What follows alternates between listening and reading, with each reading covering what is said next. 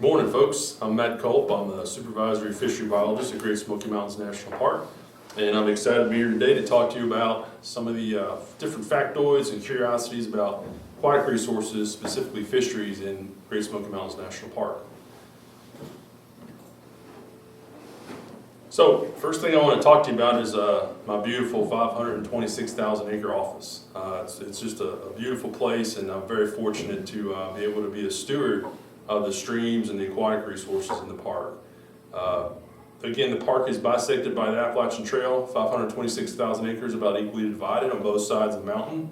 We're very blessed with 2,900 miles of free-flowing streams in the park, range anywhere from first order, which are the tiniest little segments at the top of the mountains, down to the sixth order, the bigger rivers, as you move on down through the watershed.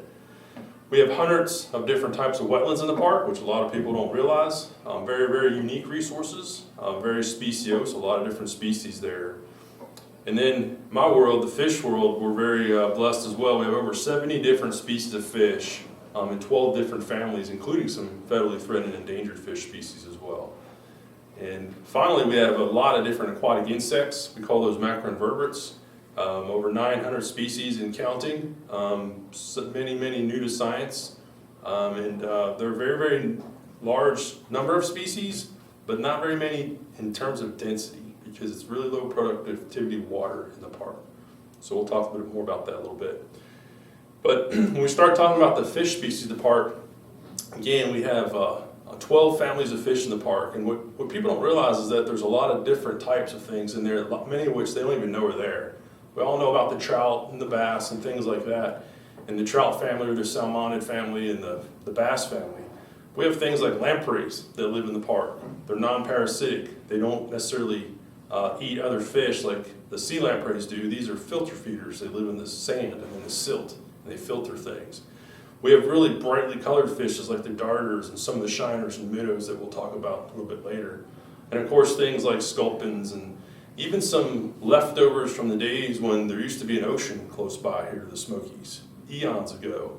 Things like in the top left here, the silverside, which all the other species in this group are saltwater species except for the silverside, which is left over from the days when they used to swim around here when the ocean was close by. So a lot of species diversity in the park. I want to take a minute and just touch upon our visitation. We're celebrating Wilderness Wildlife Week, and there's a lot of people that come to visit the Smokies and here in Pigeon Forge, and that number has just been growing and growing and growing. And when I started my career back in the early 90s, we averaged about right over 8 million people a year that were coming into the park, between 8 and 9 million. More recently, I guess as you got into around the late 2000s, we were getting up to 10 million people.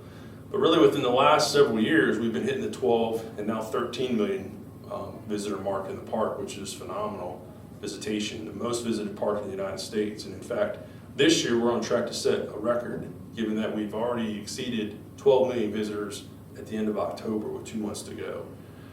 So in our world, when we go to visit the park, that means a lot of things. It means sometimes places are more crowded than they used to be. But in the fisheries world, that looks a little bit different sometimes and can cause some issues. And one of the ways that we see issues is when the water gets low, people tend to go around and move rocks and try to create little channels for their tubes to go through or to swim in. And those things may seem like they're pretty small and pretty minor and of course fun, but in the same way, that dewaters other portions of that creek, and so there's a lot of species that live there that can't necessarily access other areas. Some of them are fixed to those rocks, like certain insects. Some of those are fish that are threatened and endangered that live under those rocks and put nests under those rocks. If those rocks are moved or disturbed, those nests are abandoned, those fish die. And so it's really important to keep that habitat intact and not to move it, not to mess with it. And again, the other thing is a lot of these riffles where people like to build and these shallow tails of pools is where a lot of these species live, including things like the hellbender up there on the top left. So we're starting a campaign to try to educate people that, hey, it's great to come and enjoy the park, but let's not be altering the habitat. Let's enjoy the habitat as it is and get out there and not disturb these different wildlife and aquatic species that live in the park. So you may be seeing some of these bookmarks, some of these posters around, and that's what it's all about, is trying to protect our aquatic resources. I want to touch on another phenomena that we see out in the park. That is the river chub nest. And this is a really cool phenomenon that occurs in early summer. And people see this occurring, they come and ask us questions about where are all these big schools of red fish swimming around in the park. It doesn't look like it belongs here, it looks surreal. And what that is a river chub nest. And these river chub are a fish that build a nest, and I've got a short video here to show you what that means. And basically what they do before we see the video is these species of river chub, it's a river minnow species, they'll swim around and literally pick up rocks, small pebbles about the size of a $50, and they'll build a mound that'll be 2 foot high and maybe as many as 3 to 4 foot around. And they'll aggregate to spawn, but all these other fish come in there to spawn as well. Tennessee shiners and saffron shiners and war paint shiners and stone rollers, and all these other fish use that chub mound to spawn and to feed as well. And so it's a really good example of how one species and its life history supports a bunch of other species in a section of river. So let's take a look at that video.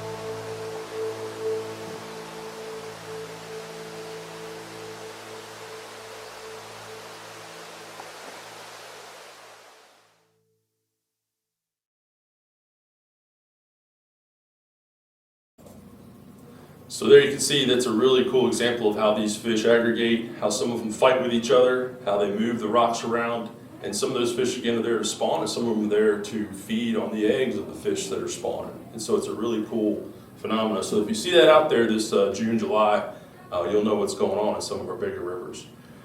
Next thing I want to talk about is something that a lot of people don't realize we have, and that is freshwater mussels. We have a variety of mussels that live in the park and our larger river systems. And we call them, their young, their little offspring, the vampires of the stream, and I'll explain why that is. So what happens with these freshwater mussels is they have a really interesting reproductive cycle. The male and the female mussels, they bury themselves in the sediment, and at different times of the year they will emit their gametes, which will mix and form these little glaucidia. The glaucidia look like little teedy, we call them little vampires, but they're little teedy offspring that they set out, and they typically set these into fish, into their gills or into their skin, around their face and their head. But how do they do that? Well, typically, what's really cool about mussels is they'll put this thing out called a foot, and many times it mimics either a worm, it'll mimic a fish. In this case, if you look, this looks like a fish, and actually that mussel is buried down in the sediment, and that foot is sticking out, and it'll wiggle that. And a fish will come in to check that out and say, hey, what's going on there? and they'll sense that fish is there, and boom, they'll send a spray of these Kulp out that you see here that will attach to their gills and around their face and their cheeks. Those Kulp kind of work like a little parasite, and they'll start to feed on that fish. They don't kill it. It's what we call a commensal parasite. They both benefit. And then that parasite will fall off, that Kulp, and it will grow into a mussel. And so what's really important here is that we have a variety of mussels that live in and around the Smoky Mountains National Park. However, many of them need a number of different fish species that they can use to insert their Kulp for reproduction. So it's really important to not only maintain these fish species that they need, their hosts, so to speak, that we need those so that we can support those mussel species. So it's another way how these things live together in many of our park streams. One other thing I want to tell you about is mercury in fish. We always know that mercury is present everywhere in our atmosphere, and we know that mercury is deposited through acid rain. And because the Smokies gets basically more acid rain than most parts of the country, we wanted to take a look and see, should we be concerned about mercury in our fish tissue for the fish that people catch and eat? So as I said, mercury we know is out there. We know that certain fish in our world have more mercury than others. A lot of the saltwater's high food level predators such as tilefish and mako sharks and swordfish. But we're more concerned about, again here, trout that live in and around our park waters. So we want to look at the three species we have in the park, brook trout, rainbow trout, and brown trout that you see on this slide, and see what were the mercury levels there, and should we be concerned about eating any of these fish. And so we worked with USGS and National Park Service at parks across the United States. And in the Smokies, we collected about 250 fish from 17 different sites. We not only collected trout, but we also collected smallmouth bass and even some non-game fish like black-nosed dace. And TDEC, our state partner in Tennessee, also collected some fish just outside the park to look at that as well. And what do we find?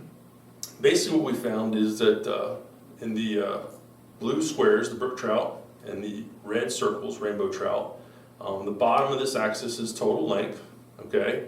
And total length of 200 would be about 8 inches. So there's 25 millimeters to an inch. On the y-axis on the left is a concentration of mercury. And the consumer cutoff that we're worried about is anything greater than 0.3 milligrams. So that dashed red line, anything above that we'd be concerned with. And so we were happy to find that the brook trout and the rainbow trout, the blue squares and red circles, all fell below EPA's concern level, their consumption advisory level. And the black-nosed dace all fell below that consumption advisory level. However, we found that many of our smallmouth bass, and in fact, most of our smallmouth bass greater than 7 inches, which is our size limit for fish in the park, fell at or above that EPA consumption advisory level. So that was very concerning. So what did we do? We worked with TDEC, and the Tennessee Department of Environment and Conservation issues fish consumption advisories for Lower Little River, Lower Abrams Creek, to protect people and just let folks know that there is an advisory on eating large amounts of fish, those two species anyway, smallmouth bass, from those waters. The Middle Prong Little Pigeon River was also tested, but there was no advisory warranted. Tennessee Wildlife Resources also has consumption advisories outside the park, downstream of both of those locations on Abrams Creek and on Little River. Now it's important to keep some things in mind here that all fish have traces amounts of mercury, and they've had them in for eons. It's something that's naturally found in our environment. And no one in the U.S. has ever experienced mercury poisoning from normal fish consumption, which is about 2 to 3 meals a week, or about 8 to 12 ounces. And so again, it's not something that you should be really concerned about, it's something you should be aware of. And that, especially folks that are pregnant, you just want to limit your amount of smallmouth bass you would eat on those two rivers if you were to catch them and want to keep them and eat them. And again, to put this in context, the top 10 most popular fish consumed in the United States, including tuna, are low mercury, and that those fish comprise about 90% of our consumption as a country. And so, again, mercury is something to be aware of, but not something to be really concerned about. Something you can check your local fishing regulations, and they can let you know about consumption advisories in your area. One other question we get quite a bit is how big do fish get in the park? And it's kind of eye-opening to people in that some of them get pretty big and some of them don't. These are all wild, naturally reproducing trout that we have in the park. There's no stocking, so everything they're eating is natural forage, whether it comes from in the stream or things that fall in the stream from the outside. And so our rainbow and brown trout, or rainbow and brook trout, you'll see here in the two lines on the bottom, they get about 7 to 10 inches long, and that's about their maximum size. And people say, well, why is that? They have the capability of getting much larger, they just don't have the opportunity to get larger. And the reason is they're food based. You know, they're pretty much limited to insects, whether they're in the stream or things that fall in the stream. These two species don't really switch over to eating other fish like a brown trout would, which get much, much larger as you see here. Our brown trout in the park do reach lengths of 20 to 30 inches long.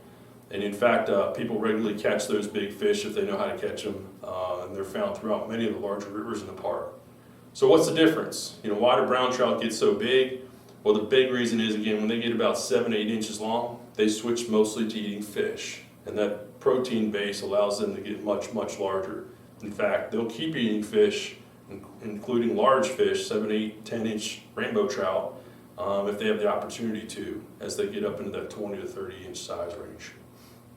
And just to give you an idea, it's the numbers of fish greater than 7 inches, the percentages here. Very few, maybe 20 to 30% of our brook and rainbow trout get over 7 inches. Very few of them over 10 inches, unless you're talking brown trout. Then those fish get, again, quite large, and they're tough to catch, but they're a really good fighting fish and very fun to fish for if you're into fishing for some of those bigger, tougher fish around the park. So one thing I want to finish with is we also get a lot of questions about where to go to catch different species of fish, and we actually have a lot of diversity there that I don't think people are aware of. For one, we'll start off with brook trout, and these data come from data from us putting our hands on fish as we monitor fisheries across the park and electrofishing surveys, so we can tell you the numbers and the densities and the sizes of the fish that we're catching. So the top 3 streams in the park for brook trout fishing will be Bunches Creek, which is over on Balsam Mountain off the Blue Ridge Parkway. Has the highest density of fish per mile, around 5,000 to 6,000 fish per mile over there. Upper Deep Creek off of Newfound Gap Road, Lincamp Prong, which is recently restored, and Road Prong. Some of these fish will go up to 11 to 15 inches. They're rare, but you can find them out there sometimes. The next one would be brown trout. These are the fish that get pretty big. They're non-native to the park, but they were introduced in the 50s and 60s. And some of the best rivers for them are the bigger rivers in the park, the downstream ends of them. Little River, Straight Fork, Cataloochee, and Deep Creek. There are records of fish in the 25 to 30 inch range, and there's rumors of fish over 30 inches and over 10 pounds that are out there if people are able to catch them. How about rainbow trout? Rainbow trout are the most commonly found fish in the park. A lot of good places to go, but some of the best places to go for them are Abrams Creek, Lower Little River, Roaring Fork, and the Conlufty River. We'll note that Abrams Creek is one of the only limestone underlain streams in the park, and because of that, it has much higher productivity. And so we've collected rainbow trout up to 17 inches long out there due to that higher productivity, which helps feed those fish and the insects that live out there. So it's one of the few places you can grow large rainbow trout, wild rainbow trout in the park. One other phenomenon that we have in the park that people aren't aware of are wild tiger trout. And a tiger trout is a cross between a male brook trout and a female brown trout. Both of these species spawn in the fall, and many times those brown trout, as they're preparing to spawn, a female will dig out a red or a nest, and a young brook trout will shoot in there and try to spawn with her before that adult brown trout does. And so when that occurs, where these species overlap, you end up with wild tiger trout. So many people seek these opportunities, and some of the best places you can find wild tiger trout in the park are Beach Flats Prong and Upper Deep Creek. One last thing is to share is some other unique opportunities is that most all the waterways around the park are stocked, whether they're reservoirs or streams around the park. And this just gives you a sense of the stocking rates, the number of fish in thousands per thousand, so to speak, that are stocked in the different streams around the park. The larger the circles, the more fish that are stocked, as you see here in the upper left legend. But one interesting area that I want you to focus on is over in Conlufty, where the Straight Fork River, Raven Fork River, flows into the Conlufty River. And the National Park Service manages the Conlufty River down to where it intersects the Raven Fork. Cherokee, the Eastern Band of Cherokee Indians, manages the Raven Fork and that section of Collective River downstream of their confluence. And in fact, they consider that a trophy trout section, and they stock fish, large brood fish in there. And those fish that is a flatfish only area. The thing is about those is that all those different species that they're stocking down there, rainbow, brook, and brown trout, and the palomino trout on the right, those fish don't know that if they make a left and they go up the Collective River, that's no longer a protected flatfish only catch and release area. And so I think it's a great opportunity. That lower mile of the Collective River, people catch some very large species of all three of these species down there. And that's where a lot of them are coming from. And so I think it's something to take advantage of if you have an opportunity, have an interest in doing that. Just note that if you're downstream of the confluence, whether you're on Raven Fork or Collective River, you do need a daily permit from the Eastern Band of Cherokee Indians to fish those waters. If you're upstream of the confluence on the Collective River, all you need is a state fishing license from Tennessee or North Carolina. I've enjoyed our time together. I hope you all have as well, and I wish you all were here that we can answer some questions for you, but be happy to do that. If you've ever like to ask me any questions, feel free to email me at matt_Kulp, KULP, @nps.gov. And I'd be happy to answer any questions y'all might have about anything you saw today, or any other questions you have about fisheries and aquatic resources in Great Smoky Mountains National Park. Please check out some of our online material that we have here, as well as the Hidden Rivers videos that we have on the Vimeo. They're phenomenal for you to see more of these neat fish in the wild. Thank you.